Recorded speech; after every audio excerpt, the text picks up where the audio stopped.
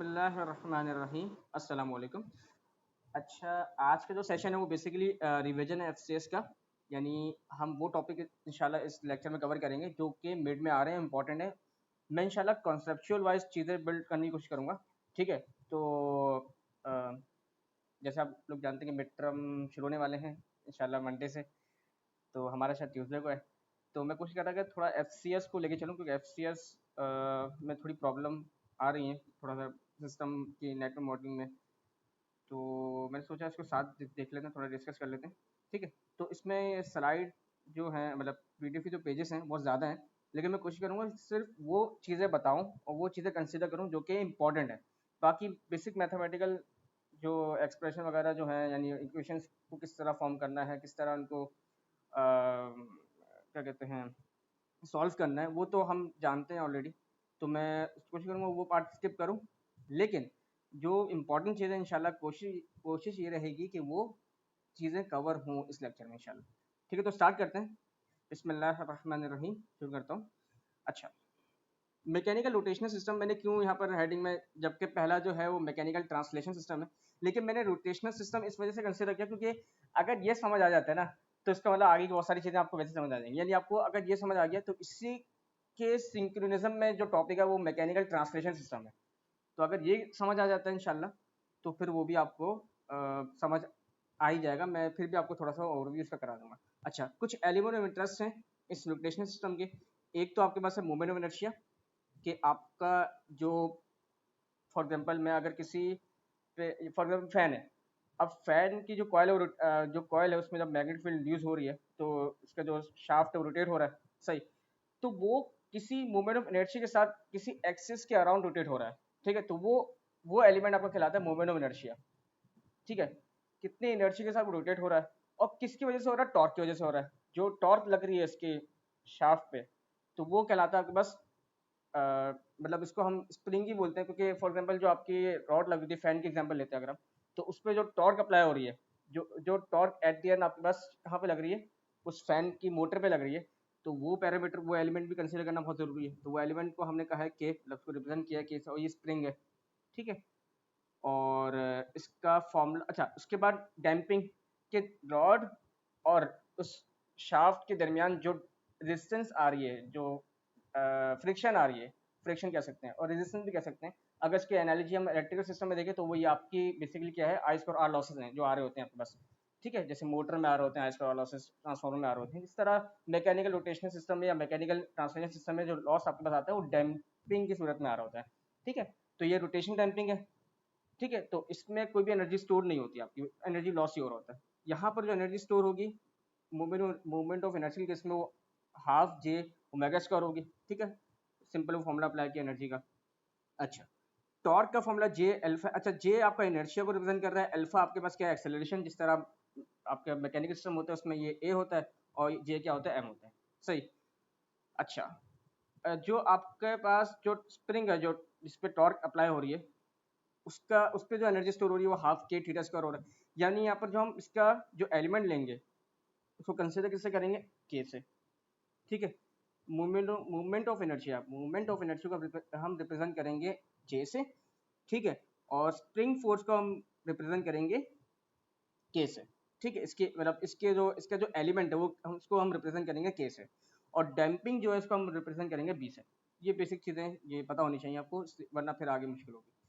ठीक है, तो यहाँ तक कोई भी सवाल हो, यहाँ तक कोई भी कन्फ्यूजन हो तो पूछ लीजिए।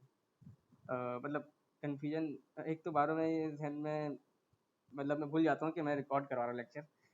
तो अच्छा, कोई भी प्रॉब्लम हो तो पूछ भी लीजिएगा या उसको रिवाइंड करके देख लिएगा। वैसे मैं दोबारा रिपीट कर देता हूँ, मूवमेंट ऑफ इनर्शिया, तीन एलिमेंट्स ऑफ इंटरेस्ट हैं हमारे इस रोटेशन सिस्टम में। पहला है आपके पास मूवमेंट ऑफ इनर्शिया, सही, उसको हम रिप्रेजेंट करेंगे जे से। दूसरा आपके पास है स्प्रिंग।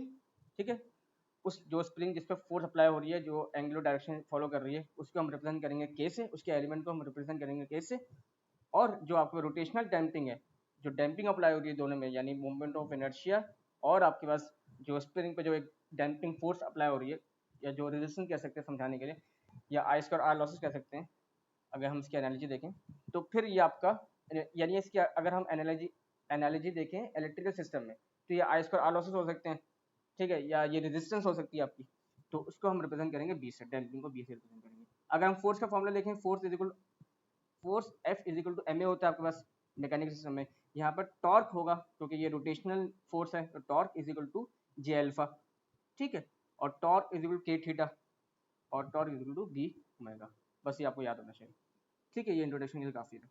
अच्छा, अब कुछ ये वही है आपके पास, इनकी रिप्रेजेंटेशन है, ये तो आप लोग पता होगा, ये जे डी ओमेगा हो जाता है आपके साथ अगर हम इसका डेरिवेटिव लें अल्फा का, ये एक्सेलरेशन समझे इसको आप अल्फा को ना, डी ओमेगा आपके पास वेलोसिटी है, एंगुलर वेलोसिटी आपके पास है, और डी स्क्वायर थीटा आपके पास आ गया, ठीक है। अब मैंने सोचा कि मुश्किल प्रॉब्लम से स्टार्ट लेते हैं थोड़ा सा, ताकि समझ आए। वही आपके पास ये प्रॉब्लम नंबर 2 है। अब इस पे मैं इसकी नेट पे मॉडलिंग समझाऊंगा और आपको तरीका बताऊंगा किस तरह इक्वेशन को सॉल्व करना है इंशाल्लाह। बाकी आप लोग इंशाल्लाह मैं कुछ करूंगा इस तरह हो कि आपको मेथड पता चल जाए और आपको किस तरह इक्वेशन ड्राइव करनी पता चल जाए इंशाल्लाह, फिर आगे काम अल्लाह आसान कर देगा। अच्छा, यहाँ पर हम देखें प्रॉब्लम नंबर 2, मैंने कंसिडर सबसे मुश्किल प्रॉब्लम मैंने कंसिडर की है। यहाँ पर अगर हम देखें तो फोर्स अप्लाई हो रही है स्प्रिंग पे। अच्छा, ये जो स्प्रिंग है ये किसी रेफरेंस से कनेक्ट नहीं है, डायरेक्ट इसमें फोर्स अप्लाई हो रही है। तो एक तो आपके पास आ जाएगा टॉर्क, ठीक है, एक आ जाएगा स्प्रिंग, डायरेक्ट स्प्रिंग इस पे, यानी डायरेक्ट फोर्स लग रही है स्प्रिंग पे, कोई रेफरेंस नहीं है इस स्प्रिंग के लिए, ठीक है। उसके बाद आपके पास है एक इनर्शिया। इस इनर्शिया J1 और J2 के दरमियान, ये बेसिकली इनर्शिया है, यानी दो बॉडीज आपस में एक तरीके से कपल्ड हो गई हैं और एक फोर्स दूसरी फोर्स पर ट्रांसलेट हो रही है। तो अगर हम देखें यहाँ पर जो J1 है मोमेंट इनर्शिया, इन दोनों के दरमियान जब J1 मूव करेगा तो उसकी कोई ना कोई ट्रांसलेशन होगी इस J2 पे, सही है, ऐसा ही है। अब क्या होगा, जाहिर सी बात है कुछ ना कुछ डैम्पिंग अप्लाई हो रही है बीच में, तो डैम्पिंग को हमने क्या किया, सीरीज में रिप्रेजेंट करवा दिया B3। ये B1 आया। अच्छा, B1 कहाँ से आया, B1 हमने यहाँ पर अप्लाई किया जो कि आपके पास इस J1 का, यानी इस J1 का जो अपना एक डैम्पिंग फोर्स होगा वो हमने लगा दिया यहाँ पर, रेफरेंस से कनेक्ट कर दिया, तो ये रेफरेंस पे जा रहा है देखें।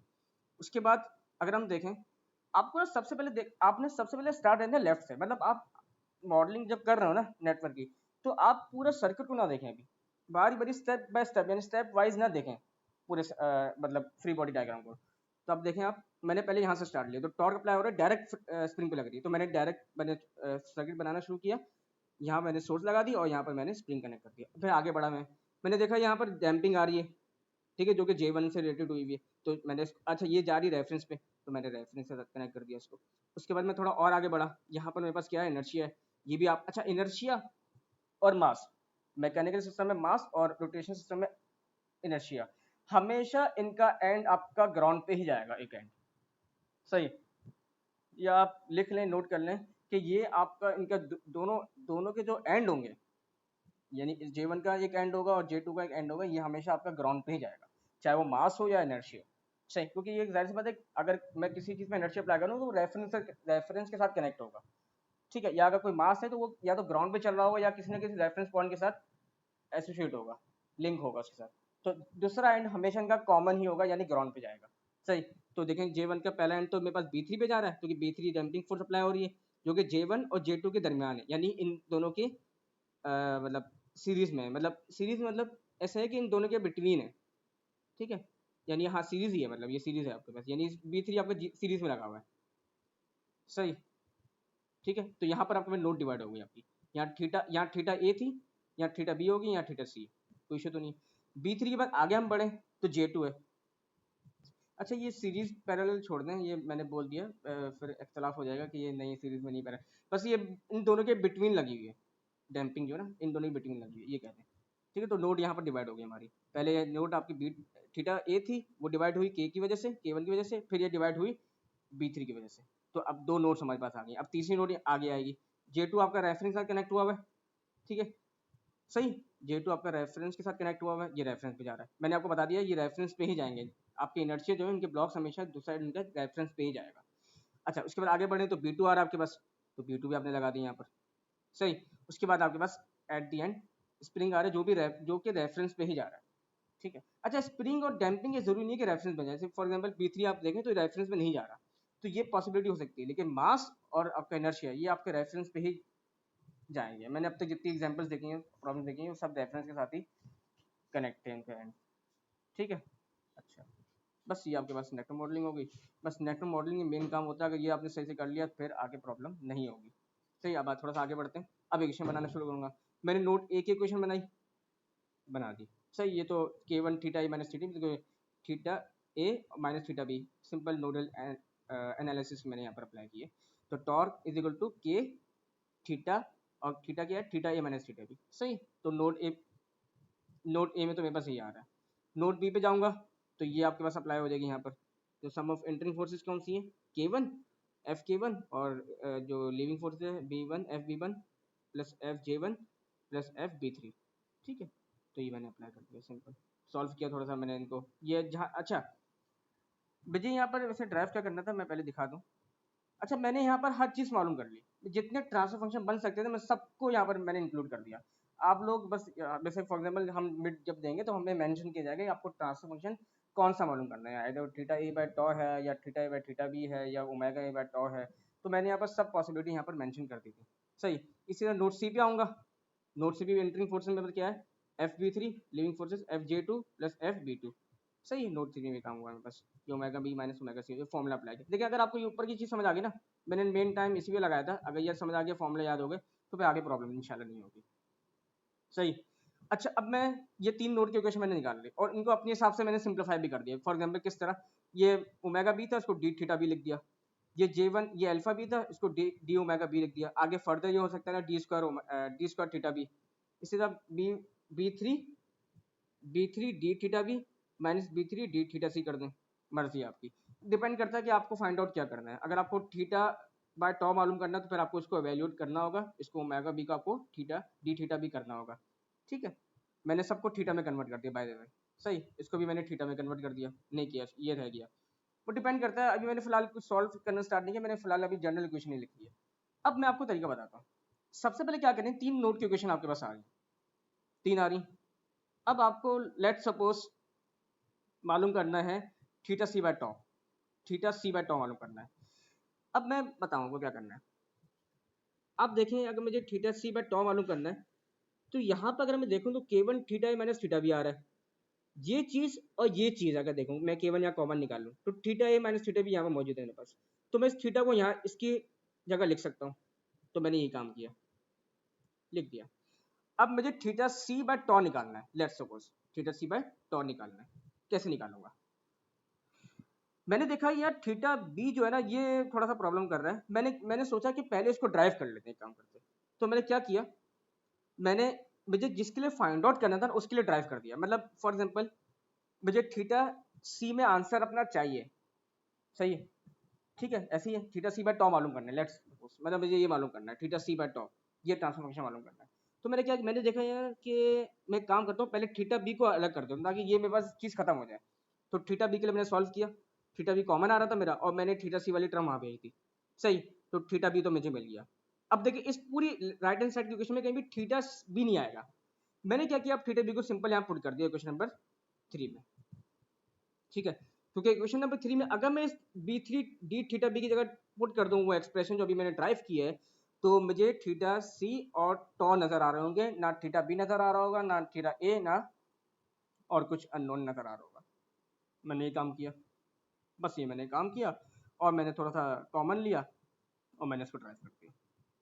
ठीक है, कोई इशू नहीं है। अच्छा, अब फॉर एग्जांपल मुझे मालूम करना है theta C by theta B, तो कुछ भी नहीं, theta C by theta B मुझे यहीं से मिल जाएगा अगर मैं देखूं। अच्छा, थीटा सी थीटा बी यहाँ से निकाल सकते हैं, यहाँ पर टॉर्क तीन अननोन नहीं हो सकते कभी भी। अगर आप ट्रांसफर फंक्शन मालूम करते हैं तो एक इनपुट एक आउटपुट होगा, इसके अलावा तीसरा कोई आपके पास पैरामीटर नहीं होना चाहिए। तो मैं ये इक्वेशन यूज कर नहीं सकता, मैं ये इक्वेशन यूज कर सकता हूँ। इसमें ऑल दो डी ओमेगा सी आ रहा है, इसको मैं और इवेल्यूएट कर लूंगा डी स्क्वायर थीटा सी। तो मैंने ये काम किया हुआ, देखिए सही है, ये मैंने काम किया हुआ। मैंने ये इक्वेशन लिखी और इसको डी स्क्वायर थीटा सी कर दिया और मैंने theta C by theta B का रेशियो निकाल दिया। इसलिए theta B by theta C मिल जाएगा मुझे। ठीक है, सही, कोई प्रॉब्लम तो नहीं है। अच्छा, आगे बढ़ते हैं थोड़ा सा। यहाँ पर अगर आप देखें मैंने क्या किया, अब मुझे लेट सपोज मालूम करना था थीटा बी बाय टॉ। अब थीटा बी बाय टॉ कैसे निकालूंगा मैं, थीटा बी बाय टॉ में इस तरह निकाल सकता हूँ। अभी जो मैंने ट्रांसफर फंक्शन मालूम किया अपना, यानी अगर मैं देखें, ये मेरे पास इक्वेशन आ रही थी, इसमें टॉ भी आ रहा है, थीटा बी को पहले मैंने सब्स्टिट्यूट करवाया था इसके अंदर, तो थीटा सी बाय टॉ मिल गया था। अगर मैं क्या करूं, यहां से थीटा सी ड्राइव करूं, या मेरे पास ऑप्शन है कि मैं एक काम ये करूं कि यहां से थीटा सी निकालूं, ठीक है, और थीटा बी के फॉर्म में, और मैं सिंपल क्या पुट कर दूं, इस इक्वेशन 1 के अंदर पुट कर दूं, तो मुझे क्या मिल जाएगा, थीटा बी बाय टॉ। मतलब कहने का मतलब ये कि आप थोड़ा सा इसको सिंप्लीफाई करेंगे, आपको हर ट्रांसफॉर्मेशन मिल जाएगा इंशाल्लाह। तो थीटा बी बाय टॉ मिल गया। इसी तरह आप थीटा ए बाय टॉ भी निकाल सकते हैं, ठीक है। थीटा ए बाय टॉ कैसे निकालेंगे, आपको थीटा बी बाय टॉ मिल गया यहाँ से, देखें लेट्स सपोज, अब थीटा बी बाय टॉ को आप पुट कर दें इक्वेशन नंबर 2 में, ये इक्वेशन नंबर 2, नहीं इक्वेशन नंबर मैंने क्या लिखा है, हाँ 1, इक्वेशन नंबर 1 में, ये इक्वेशन नंबर 1 थी मेरे पास, या मैंने पुट कर दिया, तो थीटा ए बाय टॉ भी मिल जाएगा मुझे। सिंपल सिंप्लीफिकेशन है, इसलिए मैं थोड़ा जल्दी स्किप कर रहा हूँ ताकि सारे मेन टॉपिक मेरे कवर हो जाए। सही, इसी तरह theta A by theta B भी निकाल सकता हूँ मैं, सिंपल जो थीटा बी मेरे पास आया था, ठीक है, यानी मैंने क्या किया, थीटा सी लिया, वही थीटा सी मैंने लिया, ठीक है, इसको पुट कर दिया मैंने इक्वेशन नंबर 2 में, इक्वेशन नंबर 2 मैंने देखी ये रही। तो जब मैं थीटा सी को पुट कर दूंगा इसकी जगह पे, तो थीटा बी और थीटा ए रह जाएगा मेरे पास, तो theta A by theta B मेरे पास आ जाएगा ट्रांसफॉर्मेशन, सिंपल, ठीक हो गया, कोई मसला तो नहीं है। अच्छा, इसी तरह अगर मैं ये वाली इक्वेशन लेता हूँ नंबर 2 वाली, सही है, और इसके अंदर थीटा बी पुट कर दे रहा हूँ डायरेक्ट, तो थीटा ए बाय थीटा सी मुझे मिल जाएगा। तो ये सारे जितने पॉसिबिलिटी हो सकती है सबको मैंने फाइंड आउट कर लिया था, आपको करने की जरूरत नहीं है, मैंने इसलिए कर लिया था क्योंकि बोनस का पार्ट था, लेकिन पेपर में मेंशन होगा कौन सा ट्रांसफॉर्मेशन मालूम करना है, बस आपको इक्वेशन को एनालाइज करना आना चाहिए और किस इक्वेशन को कहाँ सब्स्टिट्यूट करवाना है ताकि आपको वो डिजायर ट्रांसफॉर्मेशन मिल जाए, ये आपको बताना चाहिए। तो मैं बस जल्दी से मुझे ये बताना था, सही है, आगे बढ़े। अब आते हैं स्टेट, अब आते हैं स्टेट इक्वेशन में, सही, स्टेट इक्वेशन में बताता हूँ, ये बहुत इंपॉर्टेंट पार्ट है, ये स्टार्ट हो रहा है आपका 50 मिनट हो चुके हैं, 70 मिनट हो चुके हैं, और मैं अब स्टार्ट कर रहा हूँ, ये बहुत इंपॉर्टेंट पार्ट, सही। अच्छा, यहाँ पर स्टेट वेरिएबल डिफाइन करने से पहले हमें देखना होगा कि आपके नेटवर्क में मास, अगर मैकेनिकल सिस्टम है तो मास, और अगर रोटेशनल सिस्टम है तो इनर्शिया कितनी, यानी कि पहले तो आप ये देखें नोड्स कितनी है, पहले तो इस सिस्टम के नोड्स देखें आप, कितनी है, 3 नोड्स हैं, ठीक है।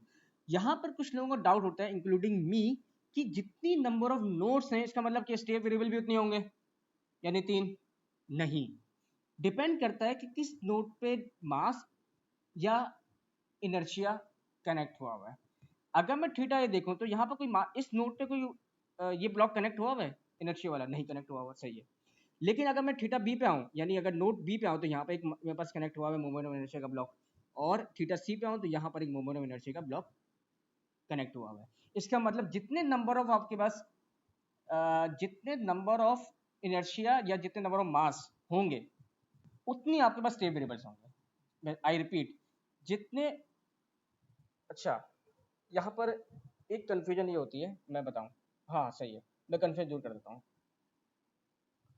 सही है, सॉरी, मुझे इस तरह करना चाहिए, जितने नंबर ऑफ मासेस या जितने number of moment of inertias होंगे उसका डबल, उसका डबल, क्योंकि एक क्यों मैं बताता हूँ, उसका डबल आपके पास स्टेट वेरिएबल होंगे, क्यों, क्योंकि ये जो मोमेंट ऑफ इनर्शिया है ये किसी ना किसी पॉइंट पे कनेक्ट है, यानी थीटा बी, तो एक स्टेट वेरिएबल तो आपका थीटा बी हो जाएगा, और ये किसी ना किसी एंगुलर वेलोसिटी से रोटेट हो रहा होगा, तो दूसरा आपका स्टेट वेरिएबल क्या होगा, वेलोसिटी यानी ओमेगा बी, तो कितने हो गए, एक के कितने हो गए, 2 हो गए, अगर 2 है तो 2 to the 4, तो 4 स्टेट वेरिएबल होंगे, सही, इस तरह देखेंगे इसका। तो फिलहाल अभी अच्छा, फॉर एग्जांपल ये नोड है बी, इस नोड पे ये नोड है थीटा बी, और इसी नोड पे अगर ये दूसरा वाला भी आपके पास J2 कनेक्ट होता है, लेट्स सपोज, यानी थीटा से भी कुछ कनेक्ट नहीं है, थीटा बी पे ही दोनों मूवमेंट ऑफ इनर्शिया कनेक्ट हुए हैं, तब आपके पास 2 स्टेट वेरिएबल होंगे, तो कि स्टेट वेरिएबल डिफरेंशिएट होते हैं नोड से, यानी अगर number of nodes, for example theta B पे आपके पास एक स्टेट वेरिएबल कनेक्ट हुआ है, ठीक है, और थीटा सी पे एक स्टेट, थीटा बी पे एक मोमेंट ऑफ इनर्शिया कनेक्ट हुआ है, और थीटा सी पे एक मोमेंट ऑफ इनर्शिया कनेक्ट हुआ है या मास कनेक्ट हुआ है, ठीक है, तो अलग सेपरेट नोड पे जब वो कनेक्ट होंगे तब जाके उनका स्टेट वेरिएबल डिफाइन होगा सेपरेटली, यानी फॉर एग्जांपल अगर थीटा बी में मैंने यानी इसी पॉइंट पे जहाँ डैम्पिंग कनेक्ट हुई है, ये डैम्पर B1 कनेक्ट हुआ है, लेट्स सपोज मैंने उसको रिप्लेस करवा दिया और मैंने यहाँ पर J2 लिख दिया, सही है, मतलब इसको यहाँ से अच्छा इसको हटा दिया मैंने, इसको लेट्स सपोज मेरा माउस का कर्सर देखें, इसको हटा दिया, उसको यहाँ कनेक्ट कर दिया लेट्स सपोज। तो अब ये एक ही नोट पे मेरे पास दो मोमेंट ऑफ इनर्शिया हैं, तब मेरे पास चार स्टेट वेरिएबल अब नहीं होंगे, अब मेरे पास स्टेट वेरिएबल दो ही होंगे, यानी दोनों के लिए जो स्टेट वेरिएबल डिफाइन होगा वो थीटा भी और ओमेगा भी होगा। ठीक है, ये डिफरेंशिएट करना भी बहुत जरूरी था। लेकिन यहाँ पर अलग अलग सेपरेट नोड पर कनेक्ट हुए में आपके पास मोमेंट ऑफ इनर्शिया या मासेस, तो यहाँ पर स्टेट वेरिएबल इनके सेपरेट होंगे, यानी इसका स्टेट वेरिएबल, इसके कितने स्टेट वेरिएबल होंगे, दो होंगे, थीटा बी और ओमेगा बी, और इसके जो स्टेट वेरिएबल होंगे वो थीटा सी और ओमेगा सी होंगे। ये बात क्लियर हो गई। अब आगे बढ़ते हैं जल्दी से, तो मैं अब आगे एक्सप्लेन कर देता हूँ थोड़ा सा। ठीक है, ये आपके पास आ गया। ठीक है, अच्छा state variable x1 equal theta B, मैंने वही बताया था आपका, दो स्टेट वेरिएबल होंगे एक इनर्शिया के लिए, x1 is equal to theta B, sorry, और x2 is equal to omega B, सही। तो अब इस ओमेगा बी को मैं लिख सकता हूँ डी थीटा बी, और थीटा बी अभी हमने बताया x1 के बराबर है, तो एक का आंसर तो मुझे अभी मिल गया, यानी एक अननोन स्टेट वेरिएबल तो मुझे ऐसे ही मिल गया, x1 बार किसके बराबर है, x2 के, तो यानी 0x1 x2 x3 0x1 x2 plus 0x3 plus 0x4, ये मुझे एक इक्वेशन तो मिल गई है। कितने अननोन है, चार है, कितनी इक्वेशन होंगी, चार इक्वेशन होंगी, तो एक अननोन इक्वेशन तो मुझे मिल गई है। अब आते हैं सेकंड पे, सेकंड स्टेप वेरिएबल, अच्छा ये अननोन है मेरा अभी x2 डी ओमेगा, अच्छा D theta B, D theta B मुझे पता चल चुका है, इसका जो दूसरा अननोन होगा वो डी ओमेगा बी होगा, ये मुझे मालूम करना है। अब आते हैं तीसरे स्टेट वेरिएबल पे, x3 इक्वल टू थीटा सी, सब एग्री करते हैं। ये क्या है, दूसरे नोड पे जो इनर्शिया कनेक्ट है उसका ये क्या है, state variable x3 equal theta c, और x4 क्या होगा, ओमेगा सी, दो होंगे क्योंकि कोई ना कोई किसी ना किसी पॉइंट पे कनेक्ट होगा और किसी न किसी एंगुलर वेलोसिटी वो रोटेट कर रहा होगा विद सब डैम्पिंग छोड़ दें फिलहाल। तो डी थीटा सी अभी क्या हो जाएगा, ये x3 हो जाएगा डी x3, तो हमें दो तो और मिल गया, यानी x3 बार भी मिल गया और x1 बार भी मिल गया, सही। कितने अननोन रह गए, अब दो अननोन रह गए, यानी हमें दो इक्वेशंस चाहिए होंगे इनको सॉल्व करने के लिए, सही है। क्या क्या मालूम करना है, हमें मालूम करना है x2 बार यानी डी ओमेगा बी और x4 बार डी ओमेगा सी, बस। केस वन ये कहता है कि यहाँ पर चूंकि जो फोर्स कनेक्ट हुई है ना, अगर हम देखें इस पे, ये बड़ा अच्छा मैंने सवाल निकाल लिया, या फोर्स कनेक्ट हुई है वो इस पॉइंट पे कनेक्ट हुई है डायरेक्ट, यानी इस पॉइंट पे जो नोड है ना थीटा ए, इस पे डायरेक्ट फोर्स जा रही है, इसको मैं कह सकता हूँ कि tau is equal to theta a, कह सकता हूँ क्योंकि डायरेक्ट फोर्स इस नोड पे अप्लाई हो रही है ना, तभी टॉर्क इज इक्वल टू, हमने क्या कहा था, torque is equal to K, यानी torque is equal to k1 theta, यानी इनकमिंग जो फोर्स है वो हमने इसको क्या कहा था, टॉ, ठीक है, और वो आपकी आउटगोइंग क्या होगी थी, k1 theta a minus theta B, ठीक है। लेकिन अगर इनकमिंग की बात करें तो जिस नोड पे कनेक्ट हुई हुई है ये सोर्स, उसके दरमियान कुछ नहीं है, सही। तो मैं कह सकता हूं जो ये टॉर्क है यही थीटा है, सही, यानी टॉर्क ही मेरा जो फोर्स है वो मेरे थीटा ए ही है, तो मैं कह सकता हूं। तो यहां पर दो केसेस आ जाएंगे, एक तो जब आपके पास टॉर्क है और जब टॉर्क बराबर है थीटा ए के, तो दो केसेस है। तो पहला केस हम कंसीडर कर रहे हैं कि टॉर्क जो है वो यू के बराबर है, यानी जब मैं स्टेट वेरिएबल डिफाइन कर रहा हूं उसका, तो टॉर्क को ले रहा हूं और टॉर्क का स्टेट वेरिएबल हम लेते हैं यू, तो मैंने ये काम किया, ठीक है, मैंने ये काम किया फिलहाल। अरे मैं ऊपर आ गया काफी, यहाँ पर था, ठीक है। पहला मैंने किया u is equal to F, U is equal to लिखना चाहिए था, मैंने गलत लिख दिया, माफ टॉर्क कर दिया इसको, ठीक है। तो पहला केस वन हो गया। तो जब पहला केस हुआ तो कुछ भी नहीं है, मैंने क्या किया कि अच्छा अब मसला ये हो गया, अब थीटा ए तो मैं ले नहीं सकता क्योंकि अभी थीटा ए मैं कंसीडर ही नहीं कर रहा, क्योंकि मैंने वो स्टेट वेरिएबल मैंने काउंट ही नहीं किया, क्योंकि वहां पर आपके पास कोई भी इनर्शिया कनेक्ट नहीं था। देखिए ना यहाँ पर थीटा बी क्यों लिया, थीटा ए क्यों नहीं लिया मैंने, कौन बताएगा। थीटा ए मैंने इस वजह से नहीं लिया क्योंकि यहाँ पर कोई भी वो कनेक्ट नहीं था, क्या कहते हैं, इनर्शिया, तो मैंने डायरेक्ट थीटा बी से स्टार्ट लिया था।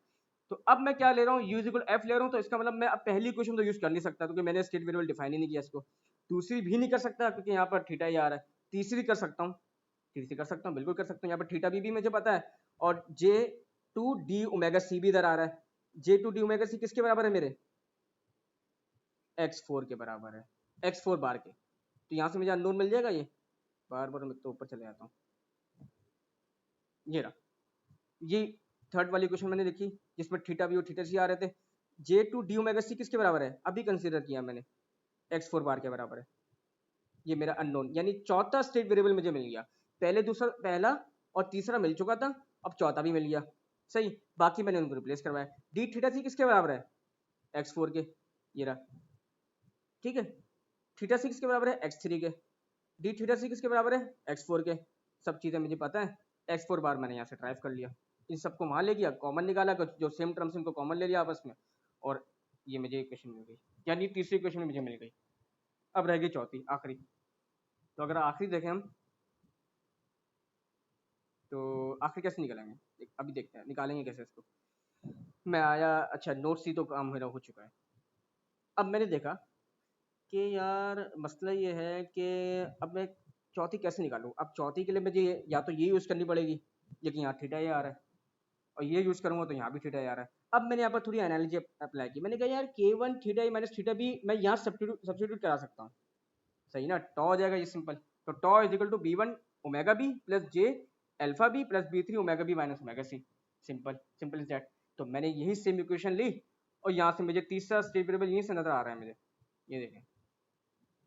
सिंपल क्या किया, ये इक्वेशन भाई वन ली, मैंने इसको रिप्लेस करवा दिया के वन थीटा ए माइनस के वन थीटा बी को रिप्लेस करा दिया किसके साथ, टॉ के साथ।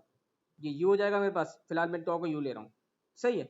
और यहाँ पर सिंपल क्या हुआ, मैंने क्या किया, मैंने देखा जे डी ओमेगा बी किसके बराबर है, एक्स टू बार के बराबर है। ये अननोन है, तो मुझे यहाँ से एक ही अननोन मिल जाएगा। ठीक है, और ये तो मुझे पता है B three D theta B किसके बराबर है, एक्स टू के।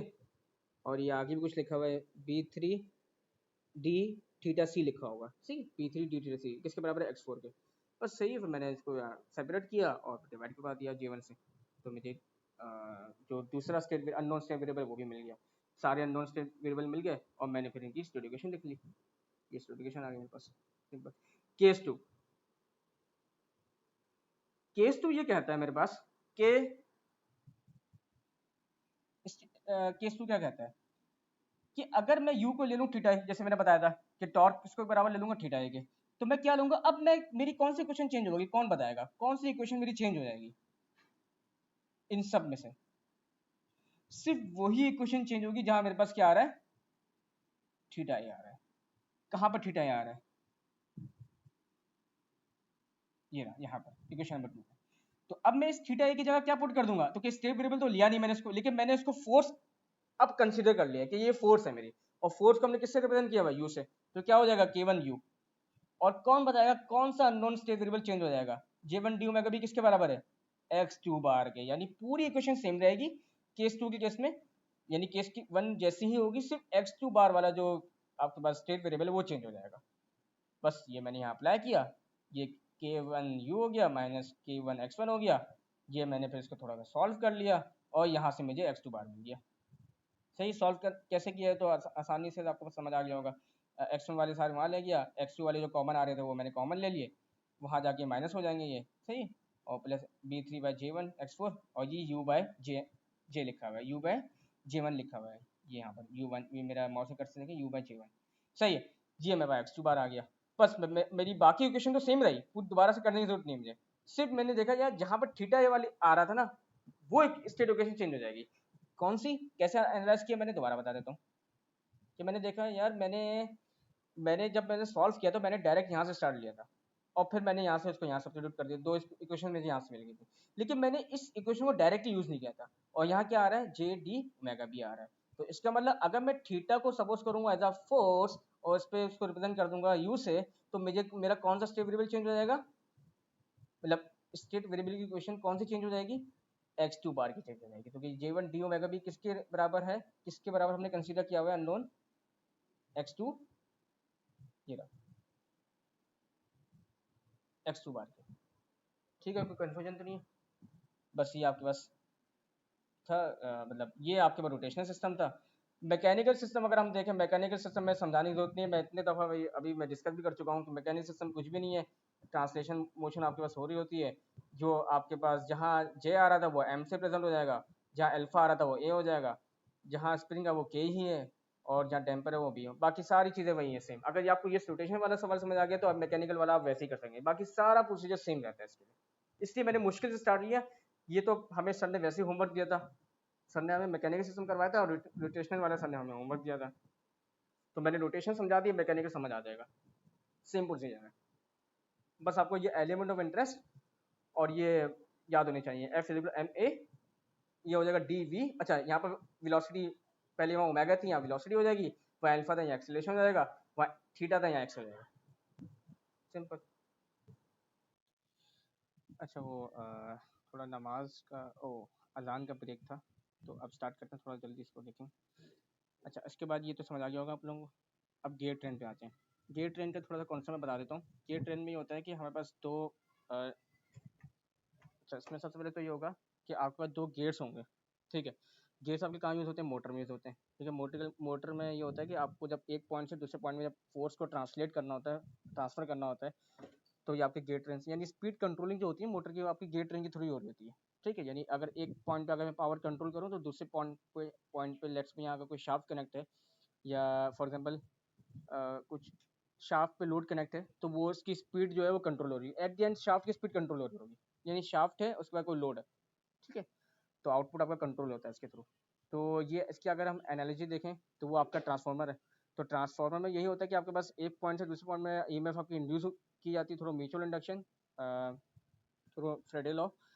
तो इसी तरह मोटर में हम देखें तो मोटर में भी एक पॉइंट से दूसरे पॉइंट पे with respect to its sharp teeth power translate होती है, पावर ट्रांसफर होती है, ठीक है, एक गेयर से दूसरे गेयर में। तो ये इंपॉर्टेंट कॉन्सेप्ट है इसका। तो अगर हम देखें तो ये वही चीज़ें लिखी हुई हैं, गेयर ट्रेन में स्पीड आपकी कंट्रोल हो रही होती है, पावर ट्रांसफर होती है फ्रॉम 1.1 तक। ये इसकी कुछ एक थोड़ी फेजर सी डायग्राम थी, मैंने बनाने की कोशिश की थी कि अगर एक पावर ट्रांसलेट हो रही है आपकी, तो उसमें जो आर्क लेंथ की होगी वो इस तरह, मतलब मेरी माउस की डायरेक्शन में अगर ये रोटेट हो रहा है तो दूसरा वाला आपका किस तरह हो रहा होगा, एक अगर यूँ हो रहा है तो दूसरे वाले में यूँ फोर्स जा रही होगी। तो ये इस तरह ये मैकेनिज्म इसका ऑपरेट होता है बेसिकली, ठीक है। तो टीथ जो है ना, इनका teeth end to end connect हो रहे होते हैं इनके साथ, ये लाजमी होता है, ठीक है। तो अगर हम यहीं से एक कॉन्सेप्ट निकालें कि बेसिकली अच्छा दोनों के टीथ ये होते हैं, अगर हम इसकी समझाने के लिए इसकी अगर मैं इसका लिंक बताऊं, इसके एनालॉजी बताऊं ट्रांसफॉर्मर में, तो नंबर ऑफ टर्न्स, वाइंडिंग्स के नंबर ऑफ टर्न्स जो होते हैं वो यहाँ पर अगर हम देखें तो वो टीथ हैं गियर के, ठीक है।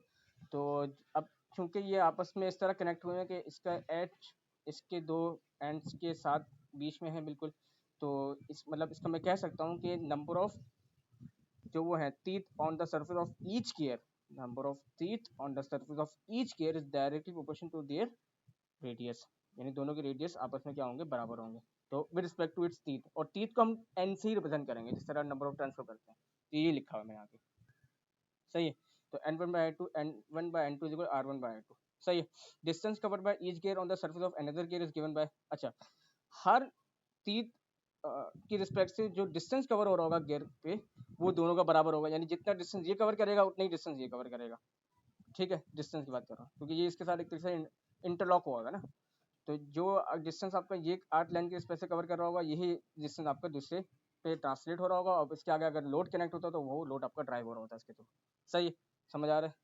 तो यहाँ पर अगर हम देखें तो टॉर्क ट्रांसलेट हो रही है आपके पास एक पॉइंट से दूसरे पॉइंट पे, और आपके पास respect to some damping apply हो रही है, यानी डैम्पिंग भी आ गई और आपके पास कोई टॉर्क भी आ गई, यानी टॉर्क और इनर्शिया, यानी टॉर्क रिस्पेक्ट से इनर्शिया, इनर्शिया आपका वैसे ये गेयर होगा, आपके इस पे इनर्शिया अप्लाई हो रहा है और इस पे एक डैम्पिंग लग रही है, लैमिनेट फोर्स भी लग रही है। और अगर ये हम सपोज कर लें अगर K1 भी होता यानी स्प्रिंग कनेक्ट होते के साथ तो हम स्प्रिंग भी डाल देते हैं, लेकिन फिलहाल स्प्रिंग यहाँ कनेक्ट नहीं है, ठीक है, कोई इशू तो नहीं है। आगे बढ़ते हैं थोड़ा सा। अच्छा अब ये है कि यहाँ पर डिस्टेंस हो गया, ये आर्क लेंथ का फॉर्मूला लगाया हमने r1/θ1 r2/θ2, तो ये आपके पास आ गया। वर्क डन दोनों का सेम हो रहा होगा तो वर्क डन का फॉर्मूला अप्लाई कर दिया, θ1/θ2 τ2/τ1, सही है। ये हमने यहाँ पर क्या किया, power for each gear will be same, यानी दोनों के अंदर जो पावर ट्रांसलेट हो रही होगी, जो पावर आपकी दोनों गियर पे अप्लाई हो रही होगी with respect to net torque वो भी सेम रहेगी। तो τ1 इक्वल τ2 तो मैंने ड्राइव किया क्यों है, मैं इन सबको ड्राइव कर क्यों रहा हूँ, मुझे यहाँ से निकालना है गेयर रेशियो। असल में जब इनकी नेटवर्क मॉडलिंग करूंगा ना तो कुछ एलिमेंट्स इसमें ऐसे आ रहे होंगे जो कि मेरे पास नेटवर्क मॉडलिंग में कंसीडर नहीं किए जाते, यानी नेटवर्क मॉडलिंग में उनको मैं ऐड नहीं कर सकता, तो मैं क्या करूँगा उनको एक ट्रांसफर ब्लॉक से प्रेजेंट कर दूंगा, ठीक है। तो उसके लिए मुझे इसका क्या मैंने क्या किया, इन सबको पहले तो मैंने इनकी एनालिसिस देखी और फिर मैंने इन पे जितने क्या कहते हैं पैरामीटर अप्लाई और उन सबको ऑब्जर्व किया। जैसे मैंने पहले तो मैंने देखा नंबर ऑफ टर्न्स का with respect to its radius, ये निकाला। फिर मैंने आर्क लेंथ निकाली, तो r1 theta 1 is equal to r2 theta 2, तो r2 by r1 is equal to theta 2 theta 1 by theta 2। सही, उसके बाद मैंने वर्क डन देखा। उसके बाद मैंने क्या देखा, पावर देखी। तो मैंने जब सब कुछ देख लिया तो मैंने एक गियर रेशियो निकाला। गियर रेशियो क्या होगा, अब मैं देखें यहाँ पर हो क्या रहा है, यहाँ पर ना टॉर्क आपकी ट्रांसफर हो रही है, यानी टॉर्क आपकी एक पॉइंट से दूसरे पॉइंट की तरफ जा रही है। तो जब मैं एक पॉइंट से एक सिस्टम से, अभी दो सिस्टम अलग अलग हो गए, जब मेरी ट्रांसलेट हो रही है ना, तो ये एक सिस्टम नहीं रहा, ये दो सिस्टम हो गए आपके पास। तो अब एक पॉइंट से जब दूसरे पॉइंट में, यानी एक सिस्टम से दूसरे सिस्टम की तरफ हम जाते हैं, यानी ट्रांसफर होते हैं या हम मूव ऑन करते हैं अगर, तो इसकी टॉर्क जो है ना, ठीक है, उसकी टॉर्क जब अप्लाई होती है दूसरे सिस्टम पे, यानी इस सिस्टम से, जब मेरे माउस कर्सर देखें, इस सिस्टम से जब मैं टॉर्क अप्लाई कर रहा हूँ इस सिस्टम पे, ठीक है, तो अब जो बीच के जो पैरामीटर्स होते हैं ना, जो कि एलिमेंट्स ऑफ इंटरेस्ट में नहीं आते रोटेशन सिस्टम के एलिमेंट इंटरेस्ट क्या किया आपके पास, जैसे मैंने यहाँ डिस्कस किया था, शुरू में ही बता दिया था, मूवमेंट ऑफ इनर्शिया, स्प्रिंग और रोटेशन डैम्पिंग। तो उनको हम ट्रांसफर ब्लॉक से रिप्रेजेंट कर देते हैं, जो इस एलिमेंट ऑफ इंटरेस्ट की लिस्ट में नहीं आते ना, उनको हम ट्रांसफर ब्लॉक से रिप्रेजेंट कर देते हैं। बस ये काम करते हैं सिंपल। मैं क्या करूंगा, गियर रेशियो निकालूंगा। मैंने गियर रेशियो निकाला, ठीक है, यानी गियर रेशियो क्या क्या बता रहा होगा मुझे, गियर रेशियो मुझे बता रहा होगा, ये देखें, गियर रेशियो मुझे बता रहा होगा इनका इनका स्पीड का रिलेशनशिप ओमेगा 1 बाय ओमेगा 2, ये मेरे पास एफिशिएंसी कहते हैं इसको, या गियर रेशियो कहते हैं।